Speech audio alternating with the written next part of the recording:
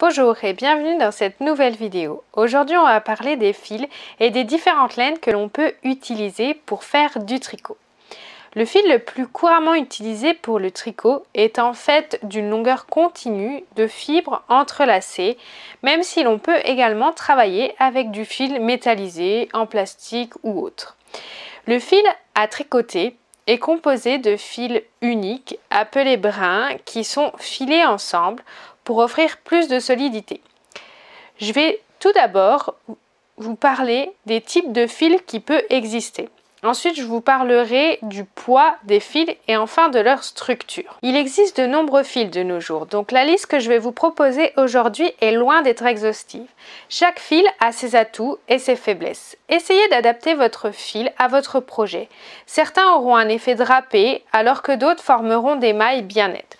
Si vous voulez en changer un fil par un autre, regardez bien les caractéristiques du fil qui se trouvent sur l'étiquette. Voilà donc quelques fils avec leurs caractéristiques. Donc tout d'abord les fils lisses. Ce sont les plus couramment utilisés. Ils sont souvent de couleur unie. Selon leur qualité, en fait, les fils lisses peuvent produire des tricots raides et rigides, soyeux et fluides, ou encore doux et confortables. Ils sont donc en fait très populaires. C'est ceux qu'on leur retrouve le plus facilement. Ensuite, il y a les fils bouffants. Ils ont, vous savez, une apparence un peu pelucheuse, qui sont tout doux. J'aime bien, moi, ces fils pour faire des petits chaussons de bébé ou même, vous savez, le dessus d'un chausson pour Noël. Enfin, j'aime bien ce genre de petits fils juste pour l'effet peluche. Ils ont souvent de la laine mohair ou de l'angora et une autre fibre. La laine mohair et l'angora est associée à une autre fibre, généralement de la laine, pour garantir la solidité de ce type de fil. Pour commencer, c'est vraiment l'idéal car vous ne verrez pas si les mailles ne sont pas assez serrées ou si elles sont trop serrées. Mais le problème avec ce fil, c'est qu'il est difficile à défaire. Par contre, il ne se prête pas du tout à des ouvrages avec des motifs parce qu'il va cacher les motifs, pas comme les torsades par exemple. Ensuite, il y a les fils texturés. Vous pourrez créer avec ce type de fil des effets sur un point jersey, mais faites attention quand même. Suivant leur qualité, vous pourriez être déçu de leur rendu. Donc ce que je vous propose, c'est de faire un échantillon avec une pelote, la première pelote que vous achetez, et regardez le rendu. Et décider si vous voulez continuer ou pas. Il existe de nombreux fils texturés, comme le fil chenille, ou le fil bouclette, ou encore le fil à effet plume. Ils sont souvent appelés fils fantaisie. Ensuite, il y a les fils métallisés. Ces fils appelés parfois lurex, c'est le nom du fabricant. Ils sont brillants et luisants, très métallisés comme leur nom l'indique. Mais ils peuvent provoquer des démangeaisons sur la peau à cause des petites particules métallisées. Ensuite, il y a les fils tweed. Les fils tweed, ils sont conçus pour ressembler à du tweed. Vous savez, le tissu tweed une fois tricoté. Le tissu tweed, on l'utilise dans des vestes ou des robes. Il texturise vraiment bien vos ouvrages. Ensuite, il y a le fil bigarré. Alors, ça peut faire rire. Ce sont des fils qui sont composés de deux types de brins qui sont torsadés ensemble. Cela peut vous apporter un grand contraste si les deux brins sont de couleurs différentes. Si au contraire, ils se ressemblent beaucoup, le contraste sera plus léger, ce qui peut donner vraiment un effet sympa. Et enfin, le dernier type de fil, c'est les fils à effet de couleur. Ce sont des pelotes qui sont faites avec plusieurs couleurs dans la base. Quand vous le tricoterez, cela donnera des motifs. Moi, j'adore ce type de pelote pour des écharpes ou des gilets parce que le motif sera différent en fonction de la largeur que vous choisissez de votre tricot. Ce que j'aime, c'est de ne pas savoir vraiment ce que vous aurez à la fin quand vous tricoterez ce type de fil. Ils sont conçus avec plusieurs couleurs et de tailles différentes les couleurs sur le fil. Donc c'est vraiment sympa à tricoter. On va passer maintenant au poids des fils. Pour ne pas vous perdre, je vais vous les exposer du plus fin au plus épais. Les fils les plus fins qui existent sont appelés fils super fins, c'est logique, ou fils à dentelle. Et comme leur nom l'indique, ils sont utilisés pour tricoter de la dentelle. Donc, ce sont des fils vraiment très très fins qui se tricotent avec des toutes petites aiguilles et ils sont composés de fils de très haute qualité, ce qui va les rendre très solides et très délicats en même temps. Ensuite, vous avez les fils fins. Ils sont utilisés, eux, pour faire par exemple des chaussettes. Il est composé en général d'un mélange de laine et de fibres artificielles ou synthétiques. Ensuite, vous avez les fils légers. C'est un fil un peu plus épais qui sert pour les projets de bébés ou de layettes par exemple. Ensuite, vous avez les fils moyens. Ce sont des fils 100% laine ou de mélange de brun. C'est certainement le fil le plus apprécié qui existe aujourd'hui. Il en existe une grande gamme, donc vous aurez de nombreux choix pour le fil fin. Ensuite, vous avez le gros fil. Ils vous serviront à faire des projets de décoration ou des vêtements adultes. C'est celui-là qu'on utilise en général pour les gilets, les pulls. Il se tricote assez vite avec des aiguilles entre 4 et 6 mm. Ensuite, vous avez les fils épais.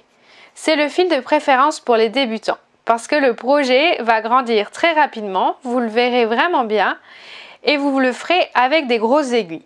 Et l'avantage des grosses aiguilles, c'est que vous verrez plus facilement les erreurs. C'est pour ça que les débutantes adorent ce fil. Et enfin, vous avez le fil très épais. C'est le fil idéal pour les manteaux ou les vestes ou encore les écharpes. En tricotant ces fils, vous pourrez avoir plus facilement mal au bras à cause de la taille des aiguilles que vous manipulerez. Donc faites attention, ces derniers fils sont sympas, mais attention de ne pas vous faire trop mal. Enfin, on va parler de la structure des fils, qui est un point important après les types de fils et le poids des fils que je viens de vous parler. La plupart des fils sont composés de brins retordus. Si vous coupez l'extrémité d'un fil de votre pelote, vous verrez qu'ils sont composés de plein de petits fils retordus ensemble pour créer le plus gros fil. Les plus petits fils, c'est ce qu'on appelle le brin. Donc, peu importe la fibre utilisée, les brins sont tissés en Z, donc une torsade à droite, et ensuite en S, une torsade à gauche, pour former le fil entièrement. Vous avez déjà vu les anciennes machines à tisser le fil là. C'est assez impressionnant quand elles tournent tous les brins les uns sur les autres d'un côté et de l'autre. Et s'il est bien tordu, le fil ne devrait pas s'enrouler sur lui-même. Donc le nombre de brins ne détermine pas le poids du fil. Un gros fil peut être composé d'un seul brin, tordu en Z puis en S, et c'est tout. Et un plus petit fil peut être composé de plein de petits brins. Donc ce qu'il faut retenir sur la structure des fils, c'est qu'il importe souvent pour le projet que vous allez faire. Moi, ce que je vous propose, là, c'est après avoir vu les types de fils, le poids des fils et la structure, c'est d'aller dans les magasins, de vous poser 5 minutes, de regarder dans le rayon des pelotes et d'observer tous les types de pelotes qui existent. Regardez les étiquettes. Intéressez-vous à la composition des fils des étiquettes et regardez tout ce qui existe. Ensuite, testez celui qui vous tente le plus. Un fil plutôt fin, un fil plutôt gros, un fil très texturé, un fil avec des couleurs, un fil uni. Testez-les. Franchement, c'est la meilleure manière de comprendre comment c'est fait. Ressentez aussi la pelote dans vos mains. Quand vous la touchez, essayez de ressentir les fils, les brins, comment ils sont tissés à l'intérieur. Moi, quand je choisis un fil, en général, la première chose que je fais, c'est je le mets dans mon cou, comme ça, et j'essaie de voir s'il ne me gratte pas. S'il me gratte, c'est rédhibitoire, je ne le prends absolument pas. Ou alors, je le prends, mais ça sera pour l'intégrer dans d'autres fils. Et ensuite, le meilleur moyen de tester une pelote, c'est de faire un projet avec. Donc, achetez des pelotes, testez, faites un projet. Et ensuite, plus vous en ferez, plus vous saurez déterminer tous les fils qui existent. Il n'y a pas de secret, il faut tester. Donc voilà, maintenant vous savez tout sur le fil des pelotes de laine. Vous savez aussi les distinguer grâce à leur poids, grâce à leur type ou grâce à leur structure. Mais ne vous inquiétez pas trop, hein. Il faut vraiment tester. C'est vraiment de la théorie sur le fil que je viens de vous expliquer. Testez-les, faites des projets et après vous verrez. Donc je vous remercie vraiment d'avoir regardé cette vidéo. Si elle vous a plu, n'hésitez pas à la partager et à la liker juste en dessous. Abonnez-vous également à ma chaîne YouTube pour avoir plein d'autres petites informations pour apprendre à créer vos propres vêtements. Si vous voulez en savoir plus sur les bases du tricot et apprendre à créer vos propres vêtements assez rapidement, je vous propose de télécharger ma formation gratuite en cliquant sur le lien dans la description juste en dessous. Merci d'avoir regardé cette vidéo, portez-vous bien et je vous dis à très vite.